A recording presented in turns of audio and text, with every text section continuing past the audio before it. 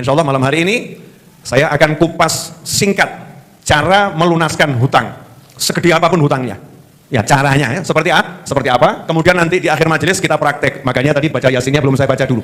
Kita akan praktek beberapa amalan bersama-sama. Harapan saya ilmu ini bisa disebarluaskan. Yang punya channel YouTube silahkan di-download YouTube saya ini, kemudian dipotong-potong yang baik. Ya, dipotong-potong yang baik, yang enggak baik silahkan dibuang. Yang baik dipotong-potong, kemudian share biar manfaatnya ke seluruh umat Nabi Muhammad SAW. Insya Allah akan banyak pertolongan tak terduga dalam perjalanan hidup kita. Bismillahirrahmanirrahim. Alhamdulillahirabbil alamin. Allahumma shalli wa sallim ala sayyidina Muhammad miftahi babi rahmatillah adada ma fi ilmillah. Salatan wa salaman daimaini bidawami mulkillah wa ala alihi wa sahbihi.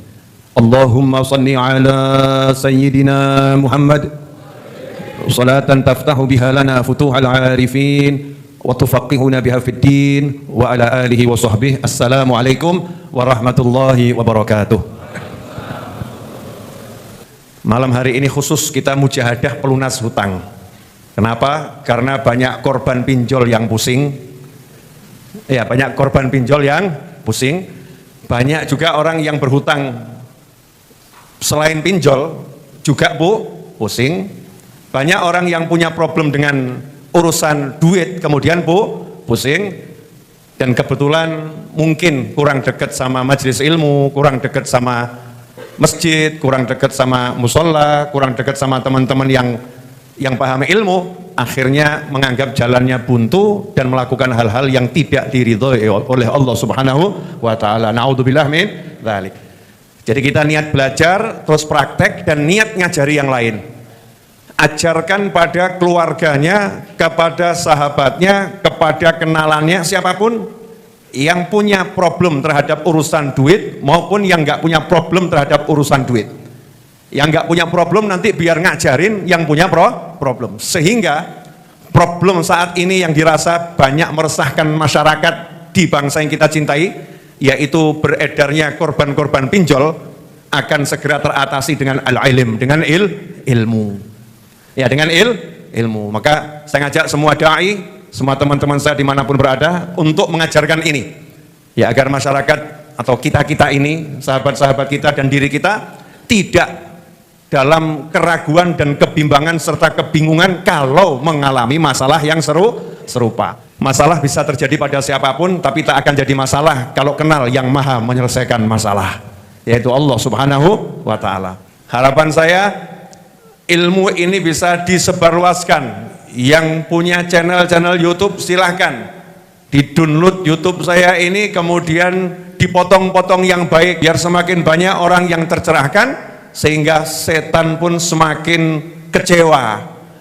Aku tadinya pengen buat orang itu bunuh diri karena hutang, akhirnya banyak yang gagal bunuh diri gara-gara lihat kajian. Hutang seperti yang sudah saya sampaikan tadi tidak dilarang hutangnya, tetapi caranya diatur. Ya, caranya diatur. Kalau caranya benar, maka itu bagian daripada ibadah. Ya, daripada ibadah, karena menjalankan apa yang diajarkan oleh Nabi Muhammad sallallahu alaihi wasallam. Yang pertama, niat hutang. Hutang itu niatnya untuk apa? Kalau niatnya untuk dibayar, itu boleh. Tapi kalau hutang untuk memperkaya diri dan tidak niat untuk dibayar, yang seperti ini dilarang di dalam agama. Enggak diizinkan oleh Allah Subhanahu wa ta'ala. Nabi kita Muhammad SAW ketika datang orang dari desa minta bantuan gandum, saat itu Nabi Muhammad SAW tidak punya gandum. Maka Nabi mengatakan SAW, pergilah kamu ke toko sana, minta gandum sekian banyak, bilang itu saya yang beli. Bil makna begitu. Artinya Nabi pinjam dulu pada tokonya. Sehingga ada orang yang nanya, boleh enggak toh sedekah sama orang lain tapi dengan ngutang? Ya ini jawabannya ya. Ini kan dia sedekah sama orang, ya beliau SAW sedekah, tapi dengan pinjam dulu pada orang lain. Ya nanti dibayar, wong niatnya utang itu harus niat bayar. Yang seperti ini boleh, seperti ini bahkan bagus, mengutamakan orang lain meskipun dirinya dalam keadaan sangat membutuhkan. Tapi Islam melarang kita memaksakan diri. Kalau imannya belum cukup, jangan coba-coba aksi ini. Ini adegan berbahaya. Paham ya? Jadi niatnya harus baik. Niatnya harus betul. Enggak boleh niatnya haram. Tidak boleh. Cek dulu. Niatnya ketika hutang dulu bagaimana?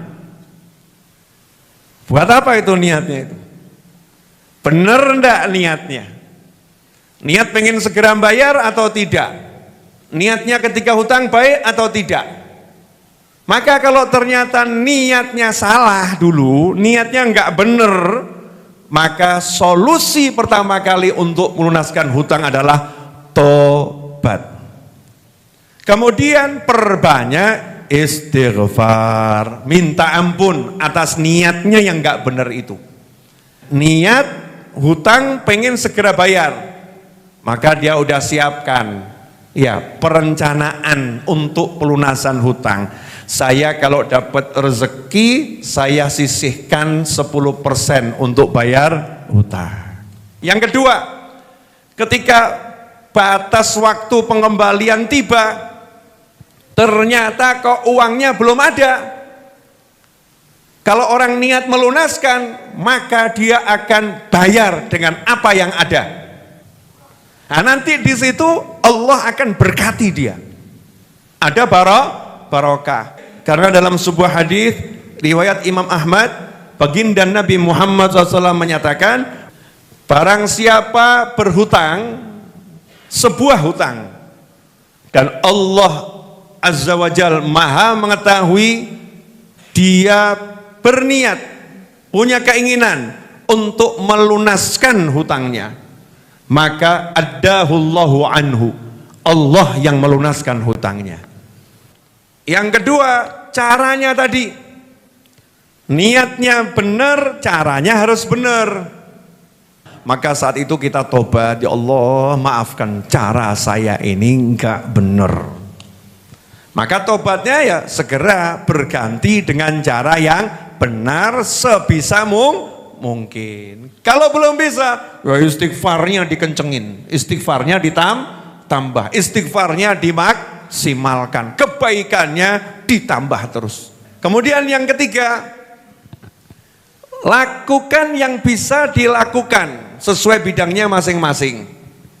Nah kalau memang bisanya jadi tukang cat tembok, ya ngecat tembok. Kok bisanya jadi tukang parkir yang diizinkan oleh suatu instansi, kamu parkir di sana ya jadi tukang parkir. Jangan jadi pengangguran dalam arti nggak mau usaha, nggak mau kerja, cuman diem, baca dzikir, baca doa, baca wirid ya. Tapi dia cuman diem aja, saya nunggu keajaiban dari Allah. Nah, itu salah. Bukan begitu cara kerjanya, bukan begitu sistemnya.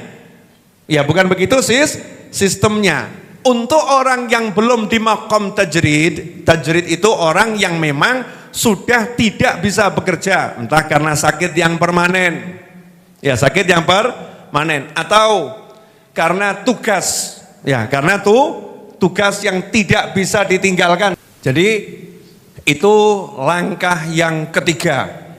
Yang pertama niatnya, yang kedua caranya, yang ketiga usahanya. Ya usahanya. Apa yang mau dilakukan sebisanya. Jangan pernah malu melakukan sesuatu yang halal, tapi malulah melakukan sesuatu yang haram. Apa yang kamu bisa, nanti Allah yang ngasih gitu loh ya. Bukan gajimu, rezekimu bukan gajimu itu, bukan yang kamu kerjakan itu, bukan. Tapi Allah akan kasih dengan caranya Allah Subhanahu wa ta'ala. Oke, clear? Dah, sekarang kita masuk pada inti jurus-jurusnya. Tapi ada satu kejadian yang orang sudah baik, orang sudah sholat di masjid, ya, orang sudah hadir majelis ilmu, sudah bakti sama orang tua. Ada enggak yang begitu? Niatnya sudah betul, tapi kok tanda-tanda pelunasan hutang kok belum muncul ya? Nah, Rasul mengajarkan SAW, orang-orang yang mendapatkan ujian yang caranya udah bener tadi, tapi kok teruji utangnya belum beres-beres. Ciri-ciri orangnya apa? Ciri-cirinya merasa malu dan terbebani rasa malu. Beda ya. Ada itu orang cuman terbebani beban hutang karena dikejar debt collector, dikejar penagih-penagih, tapi nggak ada rasa malu, cuman takut, nggak ada rasa malu. Kalau ini enggak, malu saya sama dia, kok saya belum bisa bayar nih, saya malu saya. Ciri-cirinya itu. Nah, kalau antum seperti itu punya rasa malu, berarti antum orang baik. Satu itu, punya rasa malu. Yang kedua, suntuknya karena berada dalam kondisi yang dia itu kurang baik, yang seharusnya kalau hutangnya lunas, kondisinya di hadapan Allah bisa jauh lebih baik. Sahabat ya begitu dengar doa yang diajarkan Nabi dan jaminannya, jaminan loh ini, nggak nanggung-nanggung loh. Seandainya kamu punya hutang sebesar gunung Sabir itu, karena itu gunung yang terkenal gede itu. Kalau kita, seandainya kamu punya hutang, kalau kita ya, sebesar emas gunung Rinjani. Khalifah Ali dengan santai mengatakan, seandainya hutangmu seperti itu, pasti dilunaskan sama Allah Ta'ala. Nggak pakai, insya Allah dilunaskan. Ya, semoga nanti dilunaskan. Gak ada. Kalimatnya itu pasti dilunaskan oleh Allah Ta'ala. Maka diajarkan bacalah Allahumma kfini bihalalika an haramika wa aghnini bifadlika amman siwak. Baca doa itu. Allahumma kfini bihalalika, dengan yang halal darimu ya Allah, bukan dengan sesuatu yang engkau larang. Wa aghnini bifadlika, wah ini yang mahal. Maka ketika baca doa ini tuh nggak boleh mikir usaha. Makanya banyak orang yang gagal baca doa ini tapi gagal. Allahumma kfini bihalalika an haramika wa aghnini bifadlika amman siwak, langsung mikir toko roti biar hasilnya banyak ya Allah. Keliru. Biar nanti saya naik pangkat di perusahaan ya Allah. Keliru. Ini tidak sesuai dengan doanya. Karena doanya itu Allah, kita minta sama Allah, Allahumma kfini bihalalika an haramika wa aghnini bifadlika amman siwak, dan jadikan aku kaya, tercukupi semuanya, bifadlika, dengan berkat kemurahanmu ya Allah, bukan karena saya punya toko, bukan karena saya itu jadi tukang parkir. Bifadlika amman siwak, dari selain engkau. Jadi kalau Anda masih mikir sumbernya itu dari mana, gagal doanya. Hanya satu sumbernya, kemurahan Allah. Clear? Allahumma kfini bihalalika an haramika wa aghnini bifadlika amman siwak. Itu diresapi betul, amalkan. Nah, yang saya pernah dapat dari ulama ya, itu diajarkan untuk membaca doa ini sebanyak 41 kali setelah sholat subuh, selesai wirid-wirid subuh. Yang kedua adalah doanya Sayyidina Abu Umamah. Maka Nabi SAW beliau bersabda, jika kau berada di waktu pagi maupun sore hari. Nah ini kan jelas, pagi sama sore. Ya, bacalah doa berikut tadi itu. Doanya Sayyidina Abu Umamah. Allahumma inni a'udzubika minal hammi wal hazan wa a'udzubika minal ajzi wal kasal wa a'udzubika minal jubni wal bukhul wa a'udzubika min ghalabati daini wa qahri rijal. Ini biasa ada dalam Wirdul Latif.